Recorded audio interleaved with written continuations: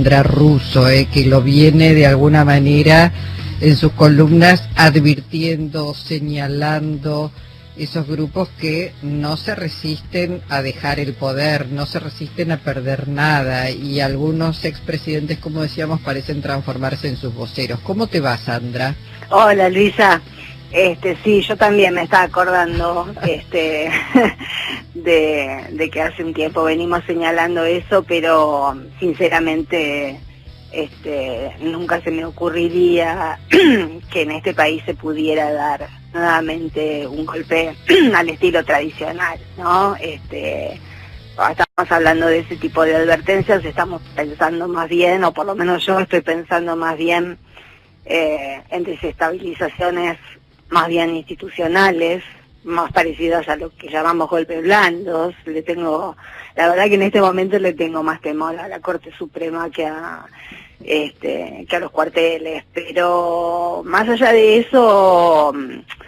y más allá de lo mucho o poco equilibrada que esté la salud mental de Duhalde, que la verdad que no conozco, me parecía que era un buen momento, dado lo alocado, imprudente y hasta canalla de sus declaraciones, diciendo lo mismo en una pantalla que Milei en la otra,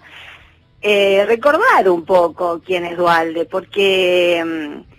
yo recordaba que, y también lo hemos mencionado acá, que en ningún lugar del mundo existe un partido que se llame Partido Neoliberal. El neoliberalismo y lo que conocemos, más directamente lo hemos conocido, hemos sido un laboratorio mundial con el gobierno de Macri, nunca antes, ni después tampoco hasta ahora, en ninguna parte hubo un gobierno conocido de una empresa transnacional en cada ministerio. Eso fue lo más parecido a un gobierno que tampoco confesó nunca que era neoliberal ni acepta llamarse neoliberal. Pero me parece que es oportuno, dadas las declaraciones de Duhalde, recordar que si bien Martínez de Oz, en la última de esas tantas dictaduras que es verdad que existieron, por supuesto, que mencionó ayer, como si fuera una inercia en la que inevitablemente tenemos que caer, más allá de que lo que llamamos neoliberalismo, políticas que identificamos con el neoliberalismo comenzaron durante la dictadura de Videla y de la mano de Martínez de Oz, hubo un pequeño interreño en el gobierno de Alfonsín, sobre todo cuando estaba Grispun, hubo un maltrato fulgurante de los sectores dominantes a esa figura que parecía haber reiluminado la Unión Cívica Radical, que después volvió a las sombras, donde está ahora, deshecha. Y después, yo he trabajado mucho el tema, este costado del tema, en uno de mis libros, en Fuerza Propia, que si bien se conoció como la historia de la cámpora, en realidad es bastante más que eso. Y es un análisis del peronismo. Yo tomé el corte histórico de la interna Menem-Cafiero en el 88, que permitió la candidatura de Menem Duhalde en el 89. Y yo quería volver a por lo menos comentar a ese Duhalde, al Duhalde que junto con Menem permitió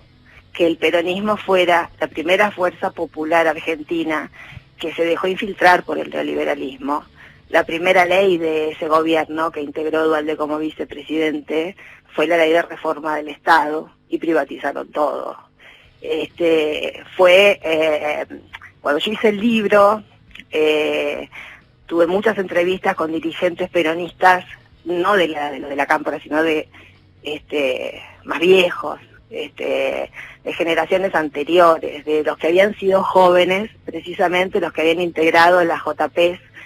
en la época en la que le hicieron de buena fe la campaña a Menem Duhalde, porque en aquella interna Menem-Cafiero hubo un malentendido de estos sobre los que tenemos que tener cuidado siempre, entre la imagen y el contenido, ¿no? En aquella interna lo que se interpretó era que Cafiero era un abogado continuador de del establishment, y que Menem traía lo profano del peronismo, y lo potente del peronismo. Y resultó que, bueno, usó esa imagen, usó eslóganes, fue muy parecido a Macri en ese sentido, Menem, igual de lo sabía, por supuesto, y acompañó todo, en el sentido de decir en campaña: el hospital de niños al Sheraton Hotel, salariazo, revolución productiva. Y cuando llegó el primer día, en el palco, lo subió al Sogaray. Y eso fue un efecto, eso produjo un efecto en las juventudes de aquella época, que habían hecho la campaña creyendo que iba a haber una revolución productiva y creyendo que iba a haber salariazo, creyendo que iba a volver el peronismo, no el neoliberalismo, que quebró durante muchos años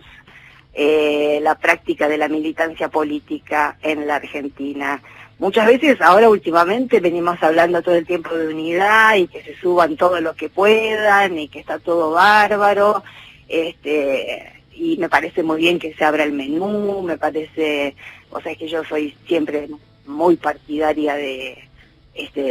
no purismo en ese sentido, pero con límites claros, ¿no? Con límites definidos, y de ninguna manera con infiltraciones. Y recordaba que fue precisamente cuando Duhalde ocupaba la vicepresidencia, es la humedad, que esas generaciones de militantes que habían hecho la campaña creyéndole, y que se fueron, que desaparecieron al día siguiente, bueno, de ahí salieron después los descamisados, de ahí de esos núcleos también salió el peronismo militante, que son organizaciones que sobreviven y son fuertes en este momento, pero que siempre fueron opositoras al peronismo que expresaron Menem y Duhalde, que en realidad no era peronismo, era neoliberalismo, que fue coronado con la frutilla del postre, que fue nada menos que el indulto. Con lo cual, esos jóvenes que habían quedado, que se fueron del partido, que se fueron que nunca volvieron al local de la calle Mateu, que se quedaron sin conducción, que se sintieron usados como idiotas útiles, que se quedaron impotentes y que empezaron a ver cómo con un gobierno peronista el sistema empezaba a excluir gente a chorradas, fueron los que ya alejados de la orgánica peronista comenzaron a nuclearse en los movimientos de trabajadores desocupados, en los MTD, que fueron las organizaciones, los precedentes de las organizaciones populares que después se fueron formando con el tiempo. Con lo cual podría desarrollar mucho más sobre esto, pero la verdad que la figura después de Duhalde, que fue elegido por el Congreso, presidente, no fue elegido por voto popular,